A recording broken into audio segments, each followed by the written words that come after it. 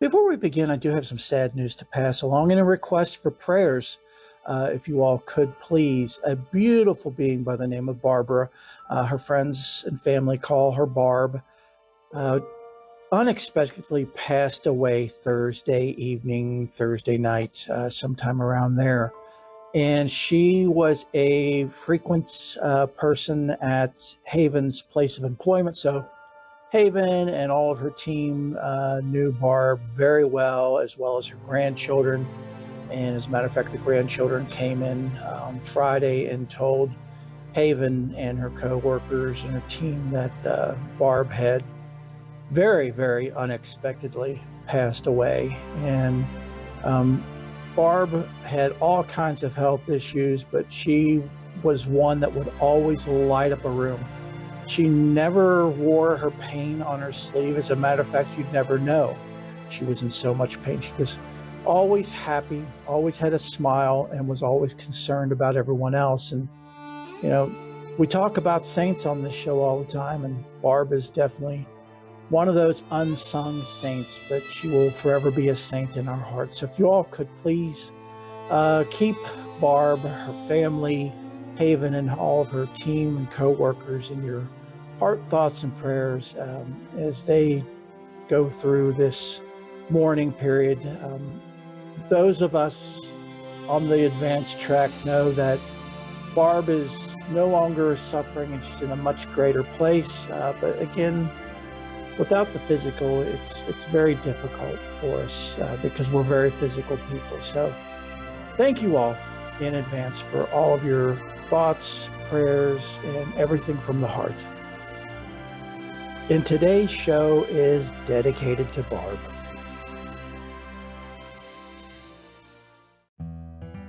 Welcome to the Faith and More podcast. This is a trans-denominational podcast. All are welcome and safe here, no matter what your faith is or isn't. Hello, my name is Reverend Angel Wise, and I'll be your host. I am an ordained licensed minister, director of the Oblates of Perpetual Light, intuitive healer, Kabbalist, and life coach. I firmly believe that the divine works through people every day to help us. These angels and saints are so very humble, many of us don't know they exist or existed. Each week we will explore the lives of these amazing beings. We will also explore topics that can help your faith, no matter what it is or isn't. The goal of this show is to encourage, educate, inspire, uplift, strengthen, and heal you and your faith. So be sure to follow and subscribe so you never miss an episode. Enjoy the show. Hello and welcome to the show, everyone. How are you all doing? Shalom, peace, and love to each and every one of you. Thank you so much for tuning in. If you're new to the show, thank you so much for finding us. It is my deepest hope and sincerest prayer that you find everything that you're searching for in a podcast, especially a faith-based podcast here and more. And if you're returning, you all know the drill. I love you all so much. Thank you all for being such long-time listeners and supporters of the show. It is because of you that this show is here. So today's show is about the truly amazing, fantastical, inspiring, I could just go on and on and on. Beautiful, amazing young woman by the name of Gloria Strauss. And I'll get into more of as far as describing her as a young woman here in a minute, because she was only 11 years old at the time of her passing. But her story will definitely explain that and much, much more. So we will begin with an article from the Catholic News Agency. And I do apologize from the beginning here that, and I don't fault the Catholic News Agency one bit, but, with everything that the Catholic Church community parishioners go through as far as negative press, they seize the moment when there is something positive. And Gloria was beyond positive PR for Catholicism in the Catholic Church. But I don't want us to focus on the labels. Let's focus on Gloria and her story. So, of course, links to everything I'm going to be sharing here as far as articles go will be in the show description. It begins the short life of a devout Catholic young girl, I say young woman, from Seattle has brought many Catholics across the United States back to the church.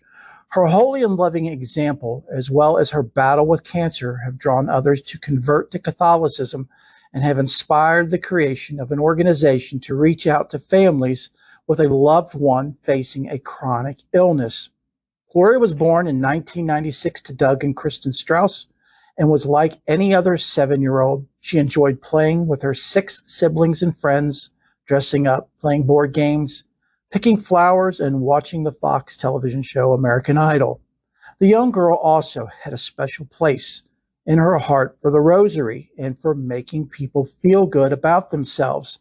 However, no one could have predicted the amount of people her brief time on earth would touch.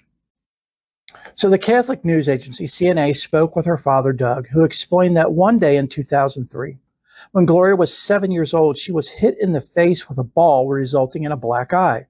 When the color returned to normal after the seemingly minor injury, a suspicious bump remained. After 2 trips to the doctor, she was referred to a specialist who instantly had a hunch it was cancer. Gloria was diagnosed with a cancer known as neuroblastoma and was only given a window of 3 months to 3 years to survive. Following the diagnosis, Gloria immediately went into surgery and began chemotherapy treatments. Doug explained that though it was difficult, the family resolved to remain open to God's plan in hopes that the family would be strengthened. At the time, Doug was a high school basketball coach who knew Seattle Times columnist Jerry Brewer. Brewer had planned to run a single column on the family's struggles while Doug coached during the season. However, the first column attracted so many readers that the idea expanded into a 5-month series of interviews with the Strauss family, sharing Gloria's faith and trust in God with those in Seattle and around the United States. When Gloria's condition took a turn for the worse in 2007, the family opened their home for community members to come and pray over her. Doug explained that for 3 weeks, 50 to 60 people showed up Monday through Friday to pray the rosary and sing praise and worship songs. Later, when it became too much for the family, 5 members of the community opened their homes to continue the prayers for Gloria. After Gloria endured 7 rounds of chemotherapy, the doctors decided to try a stem cell transplant using her own stem cells. Doug said that at that point, he knew that Gloria was at her lowest point. He was desperate and started to pray, "God, help me. I don't understand." He heard a voice say, "Quality of life." He was confused, but went to Gloria the next day and asked her if she had quality of life. He didn't expect her to understand, but she immediately responded, "Yes, Daddy." She excitedly added that so many people started praying because of her illness. Doug explained that Gloria had a beautiful gift. She was able to draw people to Christ through her cancer. She taught us all how to carry a cross. Her gift to us was her living example of her commitment to a relationship with God through constant prayer. She always said yes. Writing in the Seattle Times column, Doug recalled that they would ask if it was all right to have a healing mass, and she would answer, "Oh, yeah." Other times they would ask, "How about if 50 people come over to pray the rosary over you tonight?" And she'd say, "Oh, yeah." From shots to sickness, it always began and ended with the sign of the cross. Doug continued. Often doctors would have to stand and wait as she made the sign of the cross and prayed. Amazing to watch. It wasn't just her actions that drew people to Christ. Doug recalled how everyone spoke of Gloria's presence. She had this presence that allowed people to want to be with her and pray for her. Even at the age of 7, she knew her calling to bring people to God through her cancer. People from all religions were attracted to Gloria and her family through the front page column of the Seattle Times. Mormons, Buddhists, Hindus, They all wrote into the paper talking about how they've been impacted by her life. Doug said, "Everyone knew we were Catholic. We didn't have to profess it. We wanted prayers from everyone." Doug even mentioned a blind man that had written him a letter saying that he had been praying rosaries for Gloria and wanted to meet her. Miraculously, when she entered the room, he could see her dressed in white. The man told Doug, however, that when she left, he was blind once again. Though prayers for Gloria kept coming, her cancer continued to spread.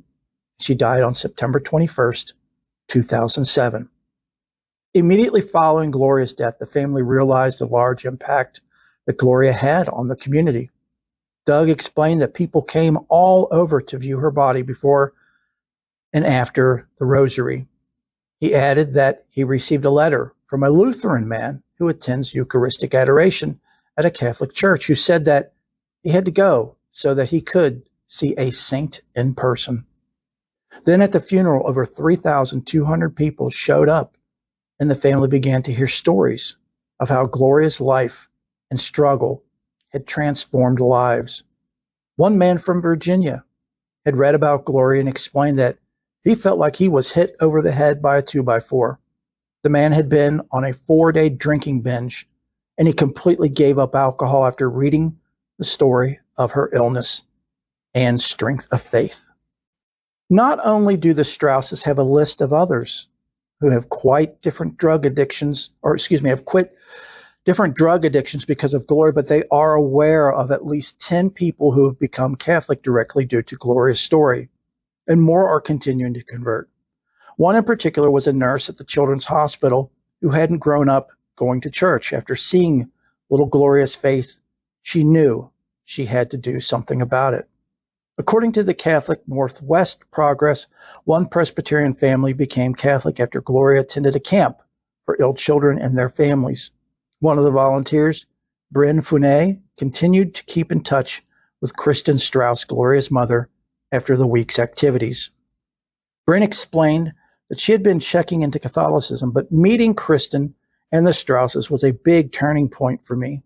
They really helped kind of soften the road, so to speak, to coming into the church. I told her right before she died, "Gloria, we're going to become Catholic," said Bryn, and she said, "Wow." The Funets were received into the Catholic Church in Easter 2008. Not only did the girl's life touch individuals, but she also inspired the organization Gloria's Angels. At a point when Gloria's health continued to fade, the family's spiritual advisor spoke to Bob Turner, a Seattle businessman, about assisting the family in the days following Gloria's cancer. Either she was going to experience a miraculous healing or she was going to pass away, Turner explained. In either case, spiritual advisor recognized that the Strauss family would have some mission to serve. Turner explained that he decided to bring his business skills into a partnership with the Strauss family to help them honor her and carry on her mission. After weeks of discernment, Turner and the Strauss family decided that Gloria's mission could best be carried out by serving families facing life-threatening illnesses. And so, Gloria's Angels was born.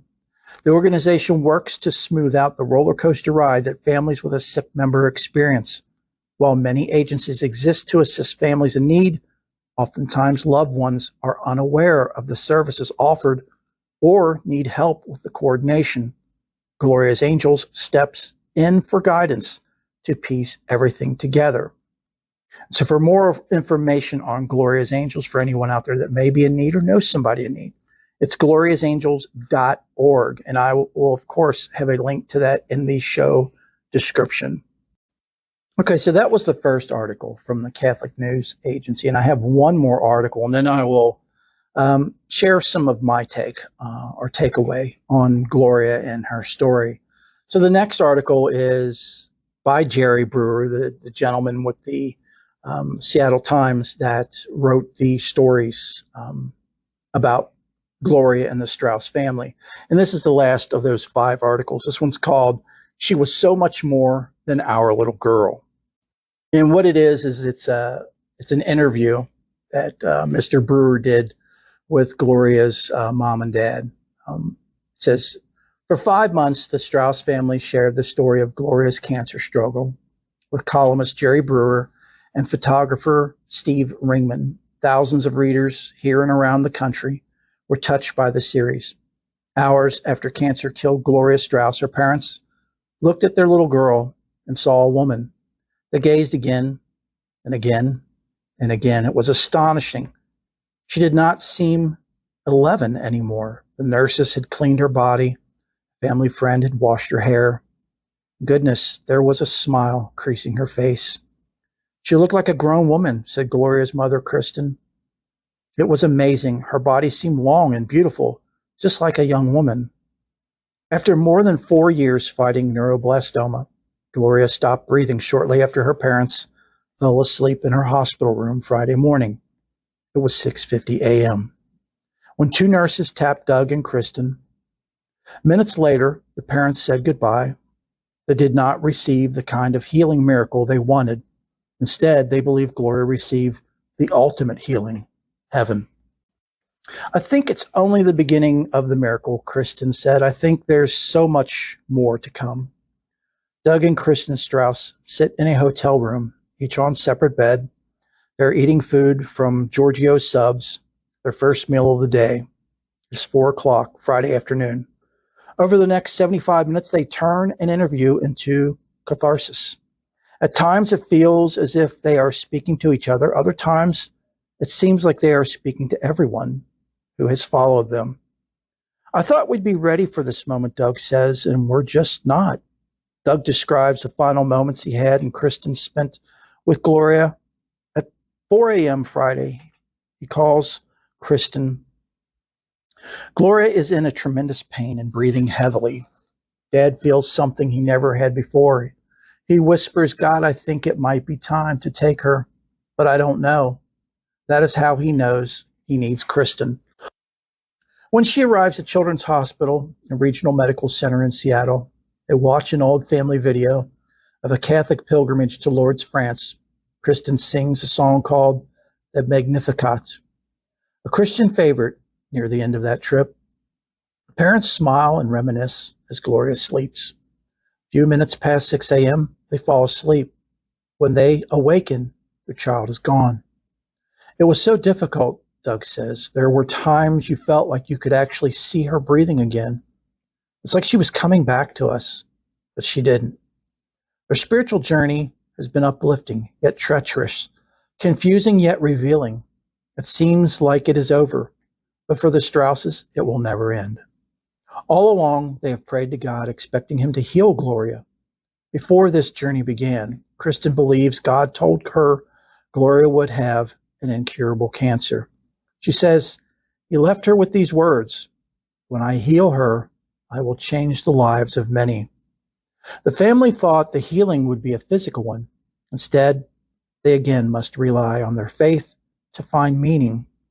It's bittersweet, Doug admits. It's just a melting pot of feelings, sadness, anger, happiness, wanting to ask why. Part of our miracle has happened. She's in heaven. She's probably holding court up in heaven. Everyone's probably lined up to see her. The first thing she probably said was, thank you, Jesus. Kristen is still trying to describe her daughter. I've seen many people who have died, she says. Nothing like this. It was almost like she was sleeping. It was beautiful. She corrects herself. It is beautiful. They know the obvious questions. Do they feel robbed? Can their faith withstand this loss? How can they believe in one miracle so strongly and accept this detour? Tom Curran, a family friend who runs a Catholic ministry, has helped the Strausses throughout this process to understand their beliefs. He says, one must look at this journey as an ongoing relationship between Jesus and the family. The key phrase, which Doug has used before, is that Jesus isn't just a healer, Curran says. He is the healing. This is an intimately and profoundly relational thing. To non-believers, it is an abstraction. To believers, it makes sense. But Doug and Kristen never demanded for God to follow through on a promise. They simply chose to trust, believe in what they hoped God meant, and bend to his will. It's not going to make sense to people who are not in the relationship, Quran says. It appears like a contradiction. It seems like at the end somebody just pulled a rabbit out of the hat. But that's not how God has been involved. Strausses spent about 7 hours in Gloria's room before they had her taken to a funeral home. They prayed as a family. They invited each of their 6 other children to have a private moment with her. Through tears, they laughed. Much of the time, Doug and Kristen uttered praise. Thank God for heaven, Doug says. Thank God for prayers. Doug opens a white shoebox with Gloria scrawled across it. He takes out a few plastic bags with her locks of hair and drops them on his hotel bed. We cut some off the back of her hair, Doug says, kind of like a relic, something to remember. There are so many memories as the parents retrace their daughter's life. Lessons arrive, too. Some are simple. Life is precious, Kristen says. Every life is precious. Some are life-changing. She brought heaven to me, Doug says. She made heaven real to me. Most of all, Doug and Kristen are overjoyed by Gloria's impact. We selfishly asked people to pray for her, Doug says, and she did all these selfless acts. She embraced other ill children, praying for them even as she struggled to breathe. She made thousands think about how to live. Says Kristen, she was so much more than our little girl. She was everyone's. Gloria was funny too. Doug is known as the family comedian, but he always has worked hard for his jokes. For Gloria, humor came naturally.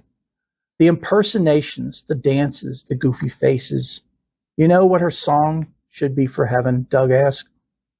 After a brief pause, he launches into the chorus of an old song from duo Hall & Oates. Oh, here she comes. After a brief pause, I went back too far. Doug and Kristen are nervous to offer their next thoughts, but after a few more seconds of reflection, they let loose. I think she's saint material, Kristen says. Doug nods and cries. On the afternoon drive from hospital to hotel, Kristen listens to the radio. She turns to Spirit 105.3 FM. The radio jockeys are asking a question. Who's your hero? Kristen whispers. My hero is Gloria. I just want to make sure I never forget her smell or the sound of her voice, Kristen says. I could sing her praises forever, Doug says. But they are tired. They need rest. They need to complete funeral arrangements. Death comes so fast. On Thursday, Gloria sang happy birthday to her father, fought until she finished every word. It was her final gift to Dad. Doug and Kristen looked at each other and smiled. On Doug's bed, there's a CD of a tribute being edited for Gloria. It is titled Glorious Gloria. Gloria is gone, and the proper word escapes them. Is it her passing? Doug asked. Kristen looks up, deep in thought. Or do we want to say her entering? Doug continues. No, Kristen has a better one. Maybe her rising, she says. And that's the end of that article, folks. So here we have presented in today's show 2 aspects or 2 views of a life. We have the life that Gloria presented and showed the world, literally. And then we have the life from the view of her parents. And those of you who have lost children, which I'm so deeply sorry for, I'm sure you can relate to Doug and Kristen and their experience with losing Gloria. I mean, nothing's worse than losing a child. I mean, as parents, we're supposed to outlive our children, right? But all too often, and sadly, it does happen. But there's ways to look at this, and this is where I'm going to try to unbox some of this here, because I know that this story can relate to you all on, if not one, but many levels. Show of hands. anyone that has never lost a loved one. I mean, that could be your foo-foo pup, that could be grandma, grandpa, mom, dad, brother, sister, child. Yeah, see, no hands are, because we've all lost people and beings that we love so dearly in this lifetime. But it helps us to understand the mechanics behind it as to why. I mean, just other than the biological, scientific reasons as to why do these things happen? How do these things happen? Cancer kills. Yes. Sometimes cancer can be put into remission. Sometimes it can't. We've had people we've talked about on the show, beautiful people, absolutely amazingly beautiful people who have fought cancer. Melissa Henning Camp, um, Dan Thomas, Pee Wee Toms. I mean, these were people from season one, but we've had many people that we've talked about over the seasons, the past 5 seasons.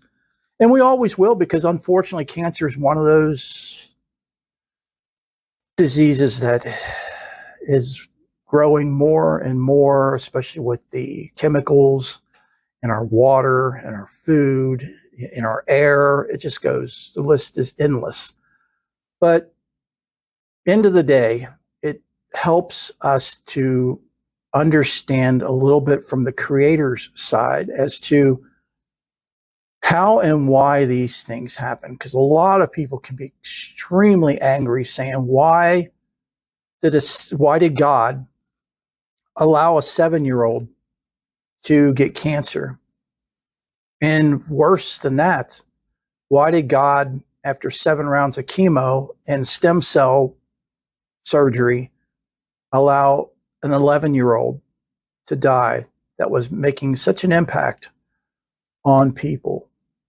And the thing is we have to remember, and we've talked about this quite a bit in the season, and I hope you all are starting to resonate with it. You don't have to agree with it, but just try to understand it. Is that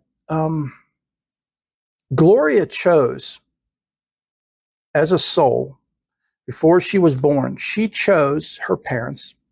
She chose the life that she was going to have. She chose the suffering and hardships that she endured. And she did it all for reasons for her soul, to help her soul grow, to not only learn lessons, but also to share her light with the world.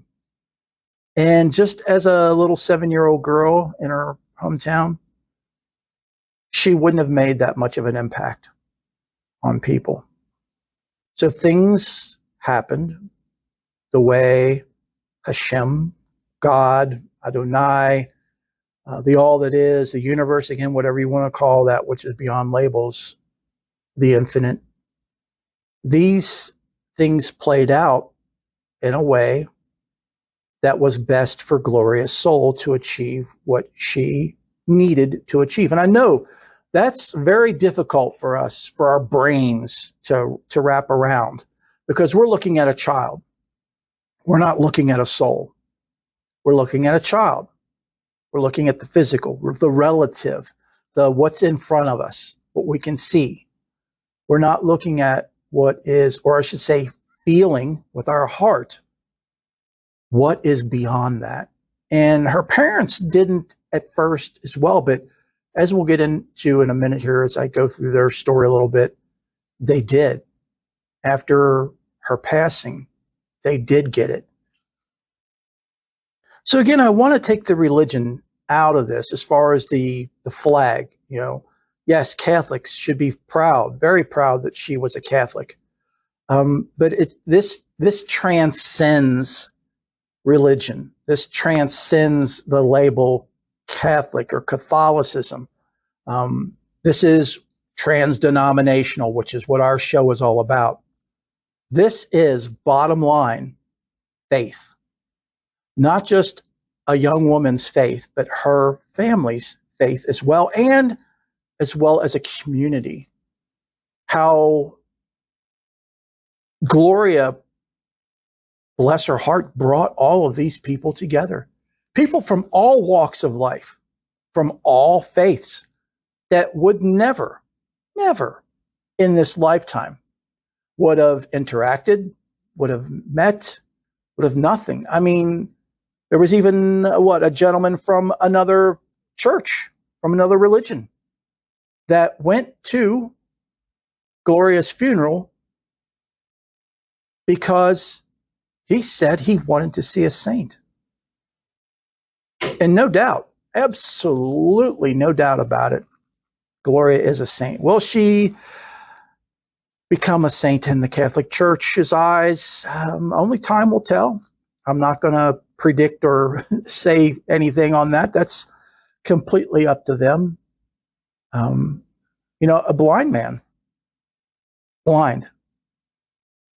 was so drawn to Gloria and her story that her parents spoke with Gloria about visiting this blind man, and she agreed. In poor health, she agreed. And for a moment, just a moment, the blind man actually saw Gloria, described her to a T. But when she left the room, his blindness returned. Now, to me, that's personally my opinion. That happening is hands down showing her light, how bright her light was shining. Sometimes it only takes when our souls come into this life, sometimes it only needs a little bit.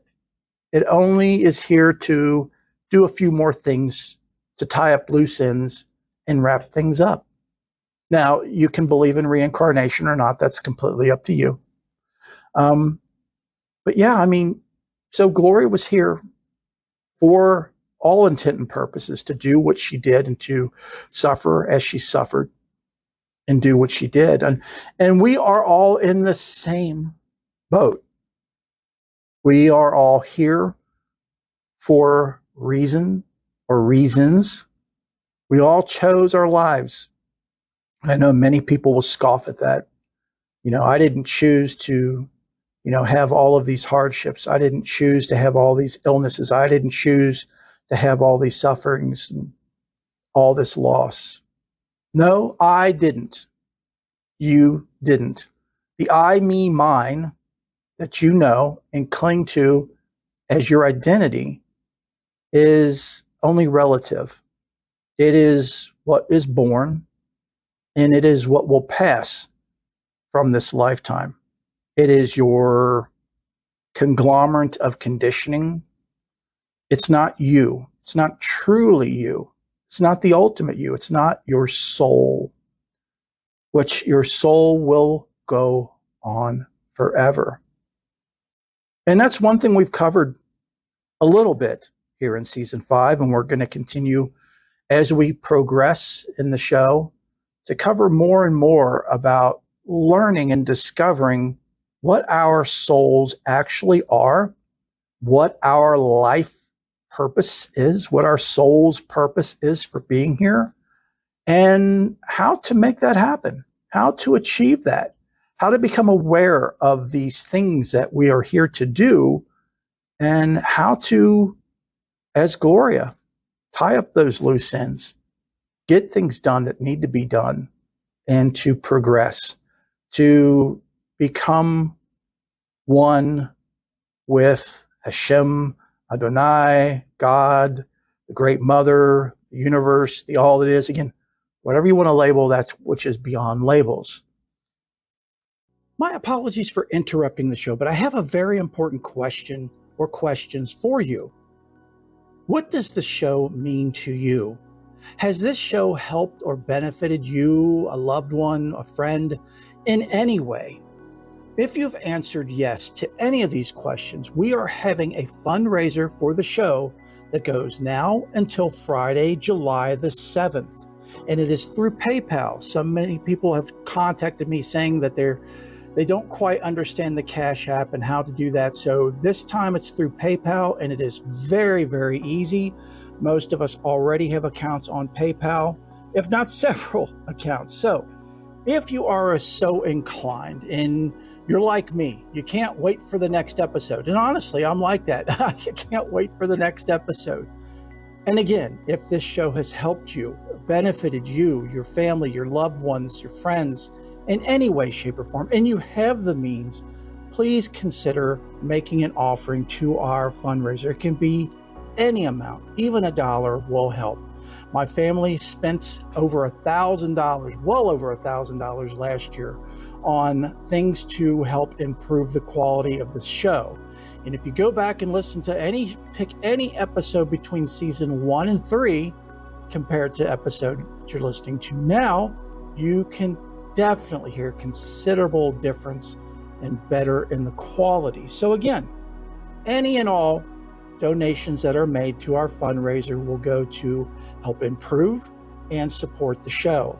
So much time and work. God, no, it doesn't seem like it sometimes, but a lot of time and work goes into each and every show. And we want to do our level best, more than our level best. We want to do whatever the divine wants us to do, the creator, to get this show as in a best shape and condition that it can be in, and to reach as many people as possible.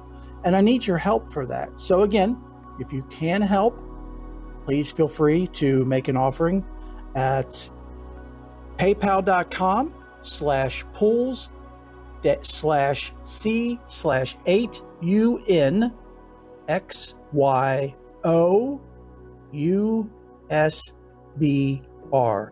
And a link to this will be in the show description. So be sure to check that out. And if you have any problems locating the show descriptions, just email me at faithandmorepodcast@gmail.com and I will send you a direct link to the PayPal. Again, any and all contributions are beyond appreciated. And I thank you all infinitely in advance. So the next view of this story is from Gloria's parents, Doug and Kristen. And, here they have a beautiful daughter who was very ill from the age of 7 to 11. And remember, at the age of 7, she was diagnosed with this cancer and told that she had 3 months to 3 years to live. And she lived until, 4 more years. So she lived to be the age of 11. So 4 years after the diagnosis.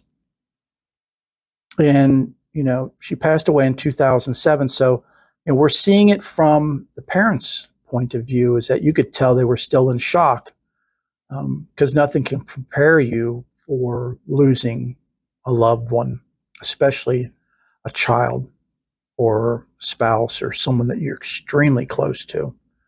That's part of you. The thing is, we have to look at it as this, is you're not losing the person. Yes, we are losing the physical. Again, we're getting into the relative, the difference between the relative and the ultimate. The relative is what's in this human form, which you can, with those 5 senses that we've talked about. And there's 5 filters, to mention the RAS filter as well. That only allows us 5% of the 100% of what's going on at any given time. So keep that in mind, is that what you see and perceive as reality is only, less than 5% of what really is going on. Now, whether you are, you have a faith or not, because this show is for everyone, regardless of what your faith is or isn't. Even looking at it from a scientific level, there is so much more around us and going on at any given second that we are not aware of, that we don't see, that we don't feel. And again, that's something else the show is going to start. Well, it has a little bit, but we're going to continue as we go to help you get in touch and to work on that, developing more of a feeling for this 95% or more that we don't perceive. But Gloria was acutely aware of a lot more than 5%, you could tell. She was very tapped into the divine, to the light, and she had no problem sharing that with others. Yes, she prayed the rosary, but did she beat people over the head with her faith? Absolutely not. She loved everyone unconditionally, and anything she could do to help them. And like I said, even when she was ill and having problems breathing, she was going around the hospital and seeing other children and other people and trying to help them and pray for them. See, that's an angel right there, most definitely, on all levels. And as children, that is when we are the closest to the essence of our soul. It's before the world and everything around it has influenced us, impacted us. So, and Jesus saw this too in his teachings about the children. The children come to him, as the disciples are stopping the children saying, don't bother him, and Jesus is like, no, no, no, no, no. You let them come to me, because this is how you need to be in order to enter the kingdom of heaven. And that's just a Christian thing there for those of you who are Christians, so you can relate. Those of you of other faiths, I mean, it's all the same principles, that we've got a lot of work to do as far as going backwards in making that shift, as we've been saying so much and always will, of going from the mind to the heart, because the mind is in control of it's just that relative. It's that same old day in, day out, me, I, mine, ego. And we've got to begin feeling past that, and that's why I love stories like this, like, Gloria and how she lived her life, is that, she had every right to curl up in a ball and feel sorry for herself and just cry her little eyes out. But she didn't. She took the bull by the horns. She saw what was going on. She saw that this came from the divine and there was a reason for it. And she was going to take control instead of allowing it to control her, and to do all that she could in the time that she had left. And my gosh, that little girl lived more in 4 years than most of us live in many lifetimes. So allow these stories that we share on the show, and Gloria's story, to inspire you, to inspire your faith, to inspire you to change, to get out of that everyday mundane rut of the I, me, and mine, because it's so easy for us. And this is nothing against anybody. I mean, even me as well. It's so easy for us to wallow in our own self-pity, to say, I feel bad about me. Why is this happening to me? Me, me, me, me, me, I, mine. And it's just, we're not, when you're looking at it that way, you're not getting it. You're not even getting the 5% of it. Your mind is spinning this into something that it truly isn't. I mean, you've got to make the choice. Do you dig deep and see what the truth is behind this illness, or this setback, or whatever you're facing, and conquer it, fight it and conquer it? Or do you allow it to just destroy you? I've had the blessing to speak with people who are survivors of illnesses such as cancer. And as we all know, even if you're in remission with cancer, it doesn't mean that you're cured. It doesn't mean that it never will come back. It just means you don't have it right now. Now, there's two ways you can look at that. I don't have cancer right now, and I'm going to live my life to the fullest, no matter what your quality of life is. I mean, look at what Gloria's dad, Doug, asked her about quality of life. Asked the 11-year-old girl if she had quality of life, and she didn't hesitate to say yes.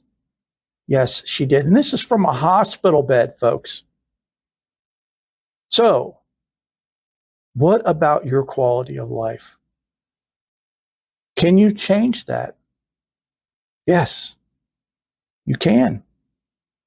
You can. It begins with your heart, with making that change, with getting out of that rut, with climbing out of that hole or cave, because it's probably been that long. It's now a cave instead of a hole. Climbing out of that and starting to live your life.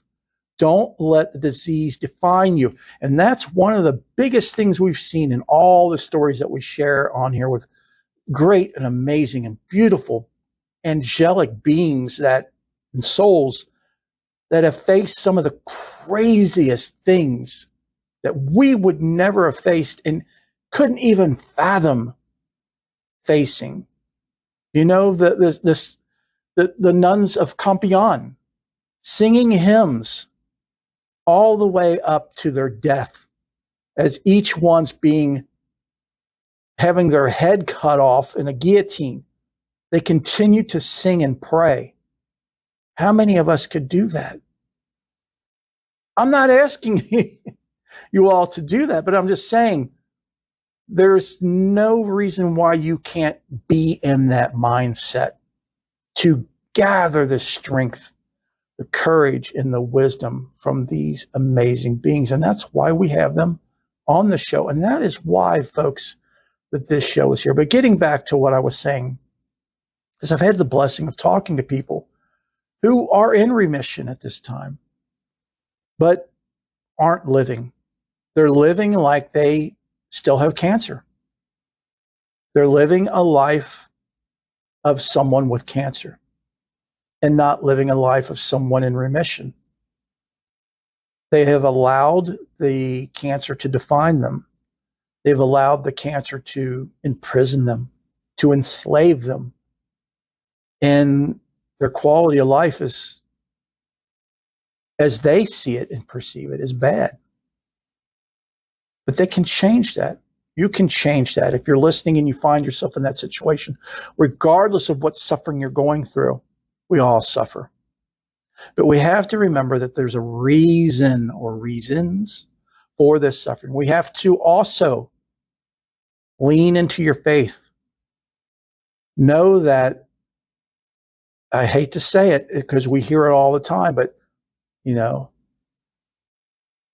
Adonai, Hashem, Elohim, God, great divine, creator, the all that is, mother, the great mother, will never give you more than you can handle. And remember, this is all pre-agreed upon before our souls came into this life. Now, does it mean you have to be a walking mat? Absolutely not. And we'll get into that more as we go into the shows, future shows. But just know that it is happening, that you're not alone, that the divine is always with you, that you can always call upon the divine, even though this is pre-planned out. You can call out to divine for help, and you will receive help. There's so many ways we can look at it. Over 95% more ways we can look at any given second in our lives. So don't feel overwhelmed, folks. I don't want you to feel overwhelmed, because we're going to have more shows coming up on exactly this and how to start to feel these things and realize what's really going on, and how to see through the garbage in our lives and see through it quickly, how to be able to pause in any given moment with anything going on and take control, exercise that free will that we've been blessed with, and to make decisions, to be proactive instead of reactive. Because for the vast majority of us, 99.9% of us, we are just completely reactive animals. Really. Just like any animal reacts to its environment and doesn't think ahead of time, we're the same way. And it's not a derogatory comment. Or an analogy. It's the truth. Analyze it. Look at it. What is the difference between how you react to something as an animal reacts to something? When a hardship is placed before an animal, how do they react? They, some of them probably react a lot better than we do. When they get upset, how do they react? A lot of barking? Yeah, we bark a lot too. But again, we will get into more and more of that as we go. Continue this journey together, folks. And that's what it's all about. We are here together. We are all part of the same family. We are all part of the divine, whatever you want to label it or not label it. And we are all meant to be here to help each other. And every single person in our lives is there for a reason. You're hearing my voice for a reason. You came to this show for a reason. Don't second guess that. Embrace that. Welcome that. Analyze it. Sit with it. Meditate on it. Pray on it. And that's another big thing with Gloria that I love so much is prayer. She loved to pray. And she inspired so many from so many different walks of lives and faiths to pray. Regardless of how many converted to Catholicism, that's not important. The important thing is that she brought the awareness of prayer to many people and showed us by example of how to handle the best ways to handle hardships or what we consider to be hardships in our lives. If an 11-year-old girl can do it, folks, anybody can do it. You can do it. And if you need help in making that happen, and you don't want to wait for all the shows, contact me. My contact information is at the end of the show, at the end of every show. And I'll do all that I can to help you or point you into the direction of places where you can get the help you need. But serious inquiries only. I've been contacted by people, and bless them. Everybody is more than welcome to contact me. But they want quick fixes, and life is not a quick fix. I always say, and always will say, we didn't get to our present situation overnight. It's taken our lifetime. However old you are, it's taken that many years to get to where you're at. Now, will it take that many years to correct or heal or improve or evolve? No, but it's going to take time, patience, diligence, work. And so many people that contact me just want a quick fix. They want a shot in the arm and go on their way. And I'm sorry, folks, that doesn't exist. So again, please, if you're serious about needing help and wanting to put in the work, time and commitment, discipline, contact me. All other inquiries, there's so many other places you can go for self-help, quick fixes that aren't real. All right, folks. So I am going to pause here from now. Thank you all so much for tuning in. I so hope and pray you've enjoyed this show on Gloria Strauss and her amazing, amazing life. What a beautiful being. And I forgot to mention about her mom and dad seeing her as a woman. They were bestowing, when they saw her after her passing, how she looked more adult and how she looked even taller. That was her true soul shining through at that moment that her parents got to see and witness, is that her soul was much, much older than her little body was, her little physical body. And we are all the same. We are much, much older than our physical body is. And we just have to tap into that. And we're going to work on that in shows to come. And one more thing that I almost forgot to tell you folks about is Mr. Jerry Brewer also wrote a book called Gloria's Miracle. I will have a link to that in the show description if any of you would like to check it out to read more about the amazing, truly amazing life of Gloria Strauss. and the impact that she has had and continues to have on so many people. In today's internet world, there are so many choices and so many things on the internet that lure you into extending or working on or enhancing your faith, and most of them charge you for it. How about an absolutely free way and a free group that will love you unconditionally, no matter what your faith is or isn't, what your beliefs are or aren't? And again, did I mention free? Absolutely free? Well, look no further. Check out the Oblates of Perpetual Light. I happen to be the director of the Oblates of Perpetual Light, and I would love to have you check us out and become a member. Again, it's absolutely free of charge.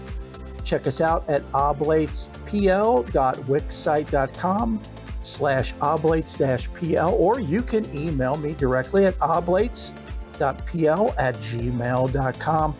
There'll be links in the show description to get to those web addresses. So you say, what are the Oblates of Perpetual Light? Well, it's the first of its kind. We are a very first group of Oblates to fully utilize the internet to organize and communicate. This allows everyone and anyone to join from all over the world. The Oblates of Perpetual Light are inclusive, meaning everyone is welcome regardless of beliefs, faith, identification, gender, sexual preference, etc. We are independent, meaning that we are not affiliated with any church other than being connected to the Faith and More ministries. And we are trans-denominational. We are not affiliated with any one religion. Although our structure is very Benedictine, our Oblate director, hello, can easily assist you with adjusting to your faith no matter what it is or isn't. We greatly respect the beliefs and freedoms of all others. We all are children of the universe. Only 4 things are required to be an Oblate of Perpetual Light. First is to study and contemplate some sacred text of your faith at least once a day. It can be anything, any size, even a sentence or a word. It's imperative that an Oblate pray sometime during the day. That's the second one, is prayer. Again, it's up to us to choose when, where, and for how long. Number 3 is Oblates will gather together online, typically on Zoom at least once a month. And that's usually the last Sunday of every month, if not the second to last Sunday. And it's not required. These are things as far as the meeting goes. If you can attend, that's great, because you get to not only talk to, but you get to see your fellow Oblates. And the 4th requirement is love and respect all members regardless of their faith. We are here as a group, not just individuals. Every faith, belief, view, etc. will be respected. Bullying, hate, attacks, etc. will not be tolerated. So you are absolutely and completely safe. If this sounds like something you would be interested in, please check out the website. Again, a link will be in the show description, or email me directly at oblates.pl@gmail.com. This week's prayer request and updates are as follows. First, we have Terry. We also have Denise. Denise is really suffering from some PTSD. I shouldn't say some. Any PTSD is too much, right? So let us please keep her in our heart, thoughts, and prayers. Nicholas, I have an update on Nicholas.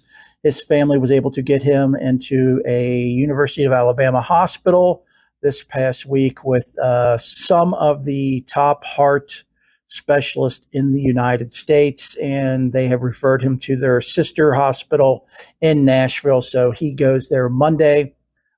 He is in heart rejection.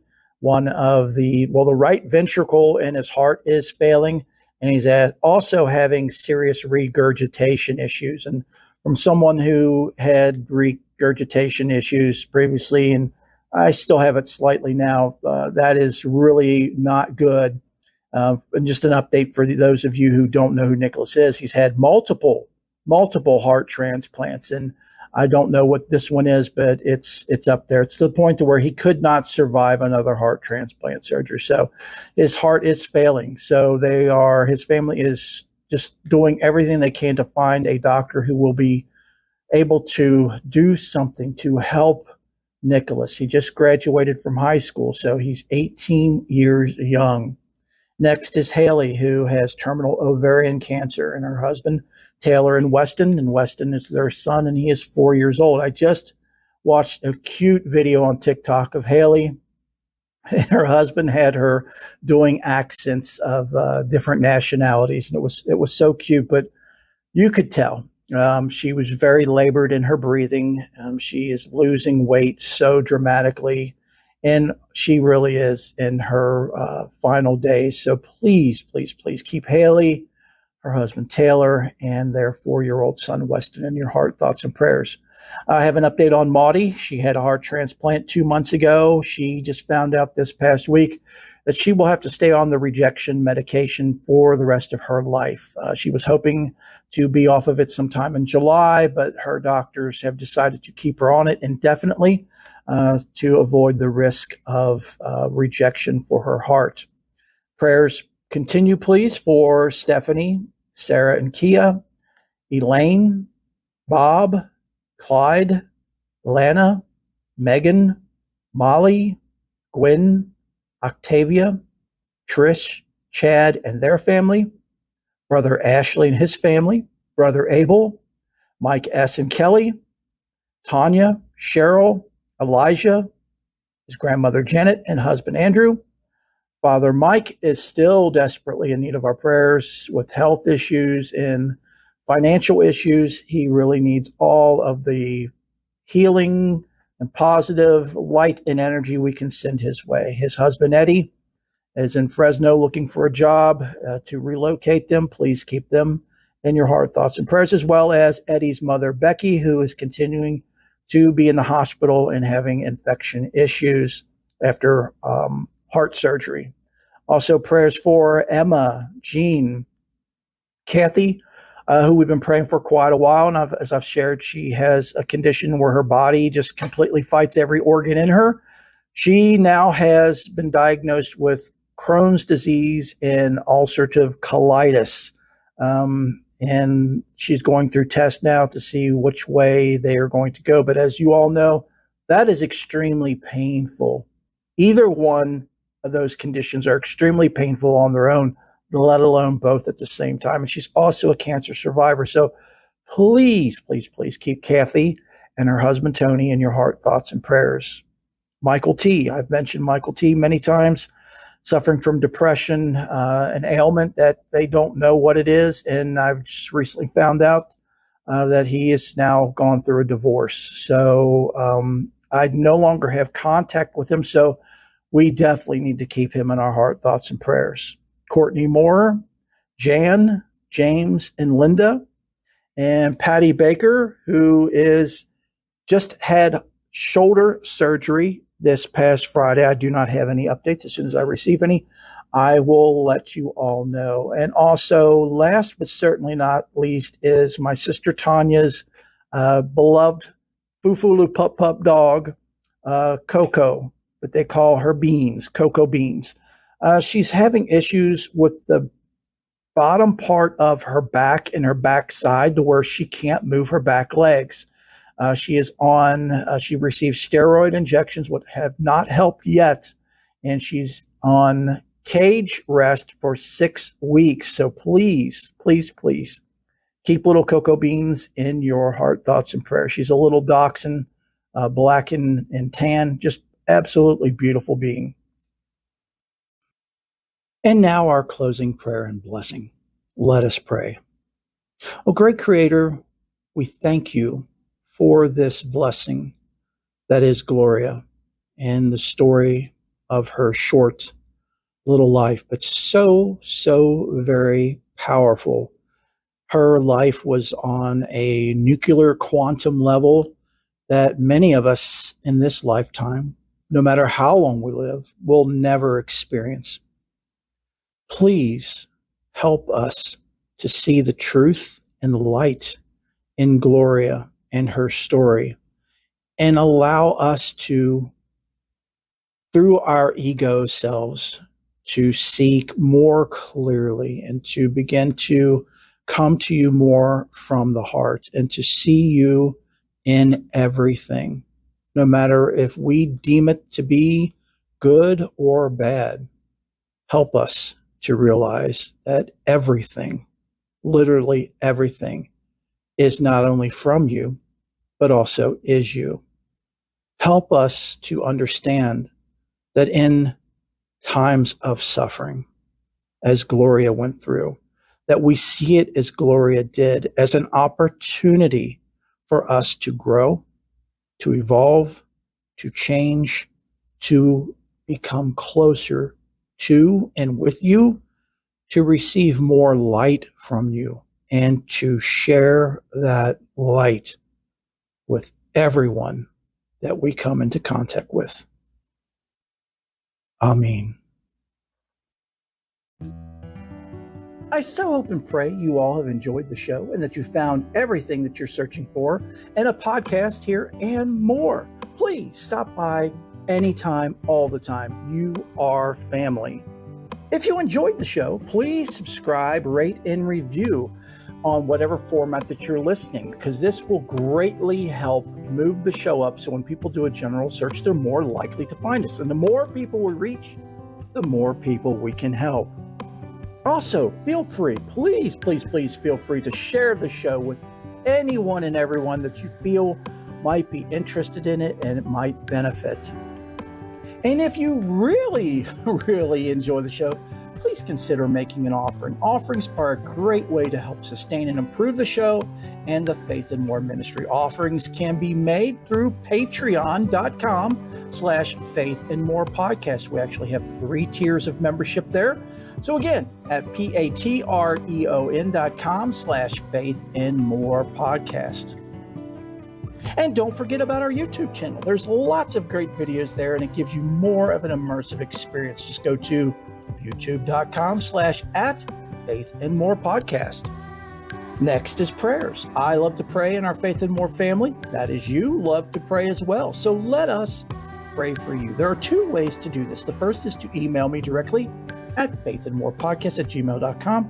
The second is through our website at faithandmorepodcast.wixsite.com/my-site. There's a form at the bottom of the website to request prayers. And of course, links to everything here mentioned in the show and in the closing here can be found in the show description. Intro and outro music are courtesy of LesFM, LESFM, which is at lesfm.net. And the Oblates infomercial is courtesy of Ivy Music. Links can be found in the show description. Check them out and show them some love. So until next time, have a blessed week and know that each and every one of you are in my heart and prayers. Bless you.